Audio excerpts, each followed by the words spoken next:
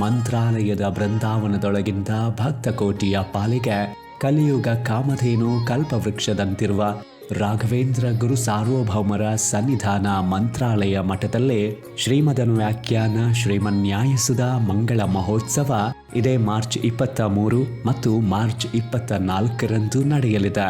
ರಾಯರ ಪ್ರೇರಣೆಯಿಂದ ನವ ಮಂತ್ರಾಲಯ ನಿರ್ಮಾಣದ ಹರಿಕಾರರಾಗಿ ಮಂತ್ರಾಲಯ ಮಠದ ಪೀಠಾಧಿಪತಿಗಳಾದ ಪರಮಪೂಜ್ಯ ಸುಬುಧೇಂದ್ರ ತೀರ್ಥ ಶ್ರೀಪಾದಂಗಳವರು 2 ವರ್ಷಗಳ ಕಾಲ ಪಾಠವನ್ನು ಹಾಗೂ ರಾಷ್ಟ್ರ ಪ್ರಶಸ್ತಿ ಪಡೆದ ವಿದ್ವಾಂಸರಾದ ರಾಜ ಎಸ್ ಗಿರಿಯಾಚಾರ್ಯರು ಚಿಂತನೆಯನ್ನು ಹೇಳಿದ ಪರಿಮಳಾದಿ ಟಿಪ್ಪಣಿ ಸಹಿತ ಶ್ರೀಮನ್ಯಾಯಸುಧ ಮಂಗಳ ಮಹೋತ್ಸವ ಮಂತ್ರಾಲಯದಲ್ಲಿ ನಡೆಯಲಿದೆ.